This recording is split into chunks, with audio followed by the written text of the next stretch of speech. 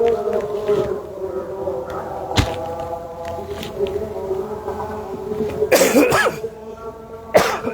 นนี้จะลองใส่กีบแต่ว่าต้องเป็นบูก่อนที่ปิดที่เกือบใหม่ก็แต่ว่ามันแบบ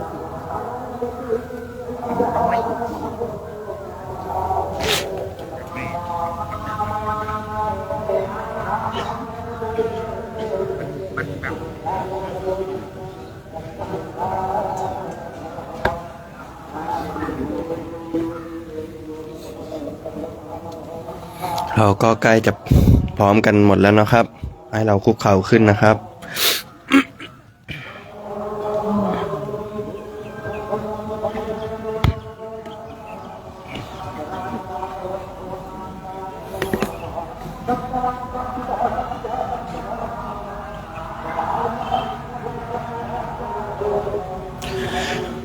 พร้อมกันแล้วกราบกราบกราบ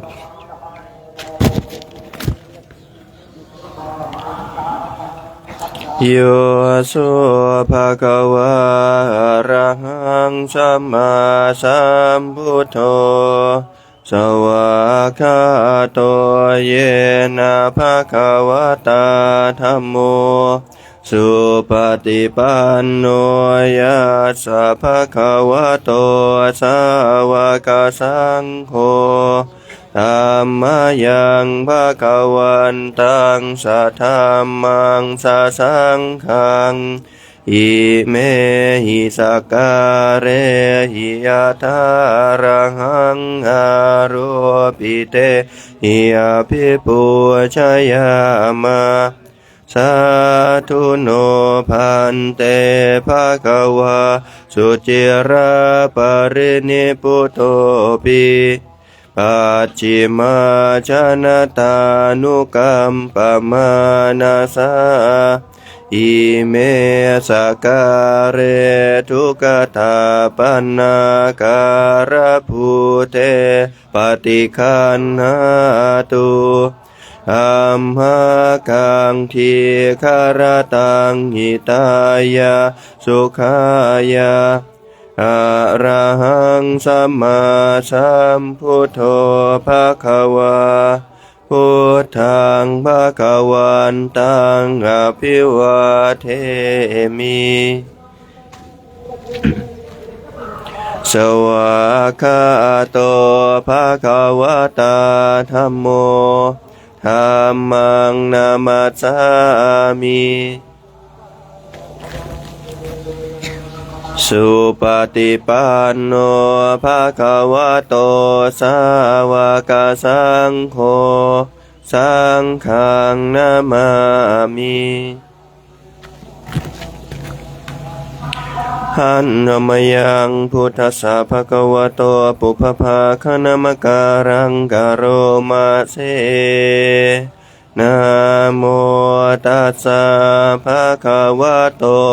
อะระหะโตสัมมาสัมพุทธัสสะนะโมตัสสะภะคะวะโตอะระหะโตสัมมาสัมพุทธัสสะนะโมตัสสะภะคะวะโตอะระหะโตสัมมาสัมพุทธัสสะอันนมยังพุทธานุสติธัมมานุสติสังฆานุสตินายังกโรมาเสอิติปิโสภะคะวะอะระหังสัมมาสัมพุทโธวิชาจารณะสัมปันโนสุขโตโลกวิทูอนุตตโรปุริสธรรมสารติสัทธาเทวมนุษย์สานังพุทโธภควติสวากขาโตภควตาธัมโมธัม ติโกอากาลิโกเอหิปัสสิโกโอปานายิโกปัจจตังเวทิตาโพวินโยหิติสุปฏิปันโนภะคะวะโตสาวกสังโฆอุชุปฏิปันโนภะคะวะโตสาวกสังโฆยายาปฏิปันโนภะคะวะโตสาวกสังโฆสามิจิปฏิปันโนภะคะวะโตสาวกสังโฆยะทิทังจัตตาริปุริสายุคานิอัตถปุริสปุคลาเอสะภะคะวะโตสาวกสังโฆอาหุนายโยปาหุนายโยทักขินายโยอัญชลิกรณิโยอนุตตรังปุญญเขตังโลกัสสติมหาการุณิโกนาโทหิตายาสัพพปานินางปุเรตวะปารมีสัพพะปัตโตสัมโพธิมุตตมังเอเตนะสัจวัชเชนะโหตุเตชยมะกลังชยันโตโพธิยามุเลสะกยานังนันทิวัตโนเอวังตวะดิชยโยโหหิชยาสุชยมังคาเรอปาราชิตาปาลังเกสีเสปัทวิโปคาเรอัปติเสเกสัพพพุทธานังอาคาปัตโตปโมทัตติสุนาคาตังสุมากาลังสุปาภาตังสุโหติตังสุขันโนสุโมโหโตจะสุเยทังพรหมจาริสุปาทากินากายกรรมังวาจากรรมังปาทากินาปาทากินังมโนกรรมังบานิทิเตปาทากินาปาทากินานิกาตวานลพันตเตปาทากิเนกราบลาพระพร้อมกันนะครับอะระหังสัมมาสัมพุทโธภะคะวาพุทธังภะคะวันตังอภิวาเทมิสวากขาโตภะคะวะตาธัมโมธัมมังนามัสสามิสุปฏิปันโนภะคะวะโตสาวกสังโฆสังฆังนามามิ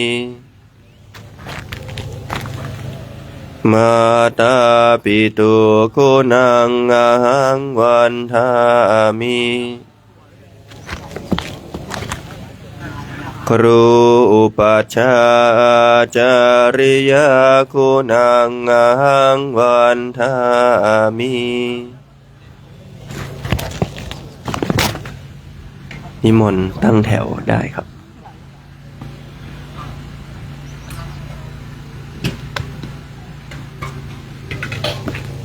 เอาห่างจากไปตรงนี้เด้อเนี่ยโค้งไปทางนี้ห่างจากวะ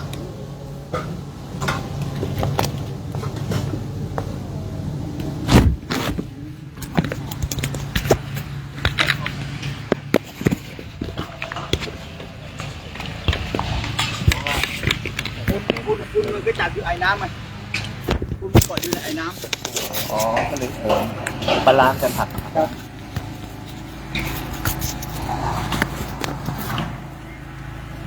วันนี้ญาติโยมก็มาร่วมอนุโมทนาบุญกันเนาะช่วงภาคสายของวันนี้นะเนี่ยที่นี่ก็สาย ประมาณ7 โมงกว่าๆทางบ้านเราก็น่าจะ8 โมงกว่าแล้วนะ ไหว ทางบ้าน มาก เราน่าจะ8 โมงกว่าแล้วทีนี้ก็ ผ เป็น มยังจำปีนั้นได้อยู่มันมาลงมาเอาไปจนแม่มันตัดลมให้เท้า เป็นนั้นก็ มันเป็นเด็กนะผม ญาติโยมทุกคนมาร่วมอนุโมทนาบุญกันบุญที่เกิดจากการอนุโมทนา กินเยอะแกงไข่กินเยอะแกงไข่ บุญ ไปเถอะแล้ว ที่ได้ร่วมกันมาสร้างคุณงามความดีกัน เพชร มาสร้างให้สร้างปัจจัยสร้างสวรรค์สมบัติสร้างให้ผลสมบัติที่เกิดขึ้นชีวิตของเราเองก็รวมกันมาสร้างบุญและบารมีนะ จำหลักตัวนี้ก็พอ สร้างเหตุสร้างปัจจัยกันเดินโยม แต่ว่าจะเอา ทุกคน เพิ่มไอ้เว้นมาไทยกล้วย2นะครับเดี๋ยวนี้จะมีเอาที่หลังนะ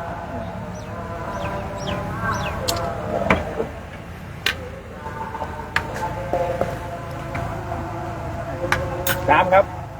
ขนม3มาม่า1กล้วย2กล้วย2ครับ3ได้ไหมกล้วย2ไปงานไม่เอา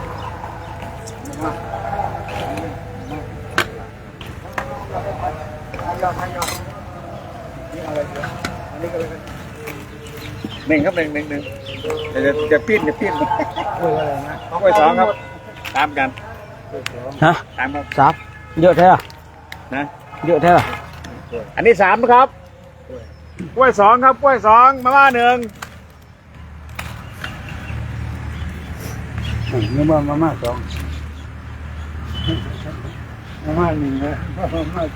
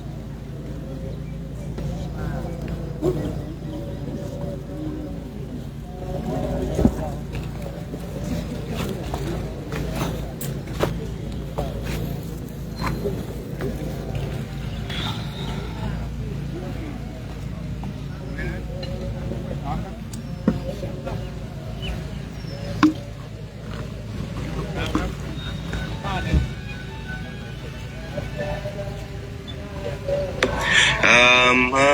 กัง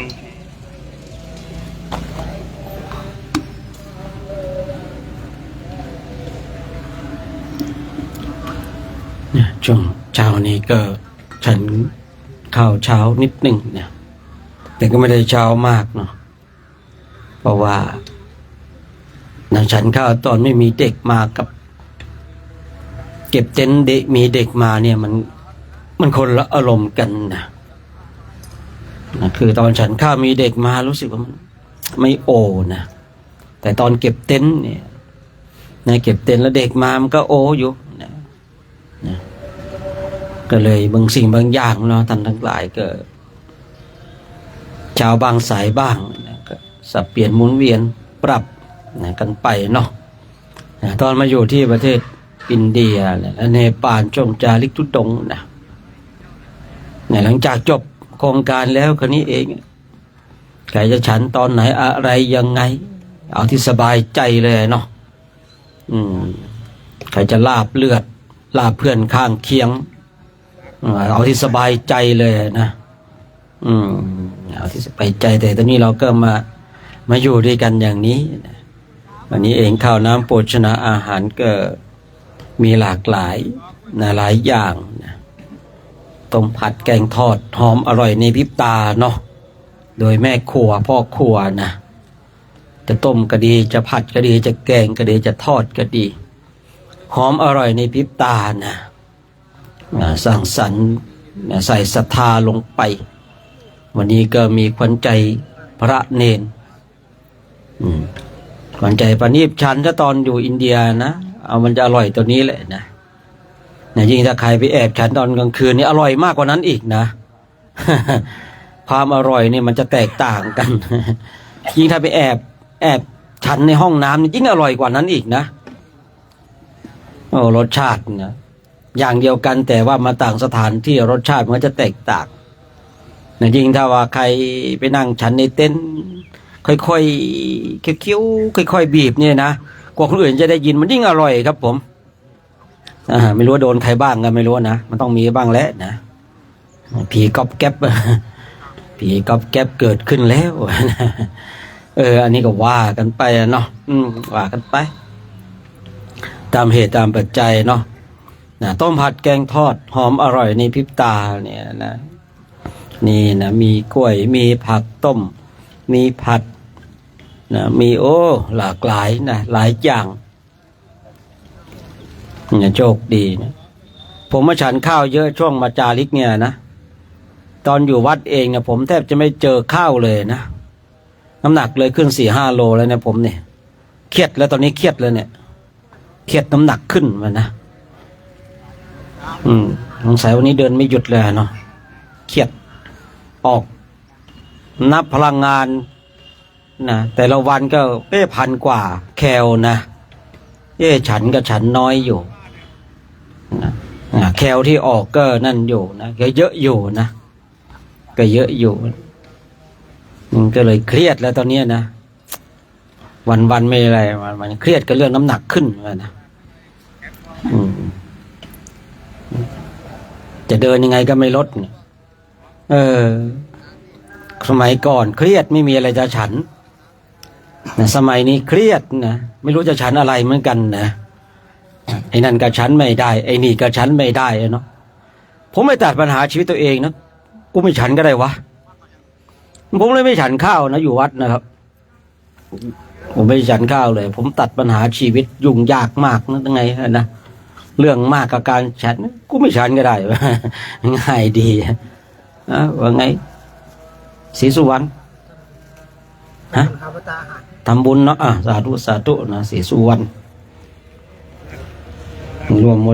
โมทนาบุญเนาะรวมถวายทหารถวายน้ำปัณณะเนาะ1,000 บาทนะก็รวมขอโมทนานะ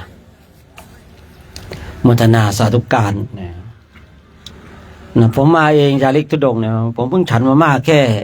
ค่ซองเดียวนั่นเองนะครับตั้งแต่มาเนี่ยนะที่ฉันไม่ใช่อะไรหรอกอีกช่วงนั้นไม่สบาย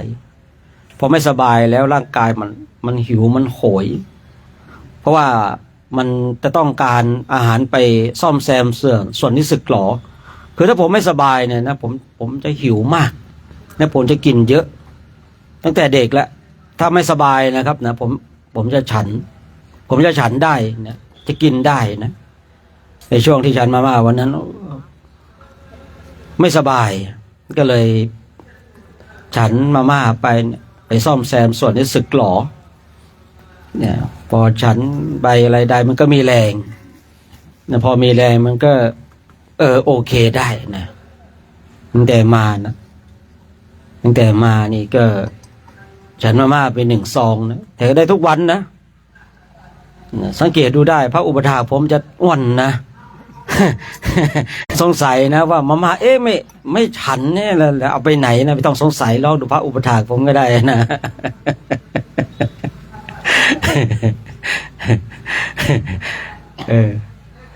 แหมอยากได้โทรศัพท์ใหม่ก็ไม่บอกเมื่อวานทำตกเลยเขาเอามือทำที่ไหนแล้วเขาตีนทับ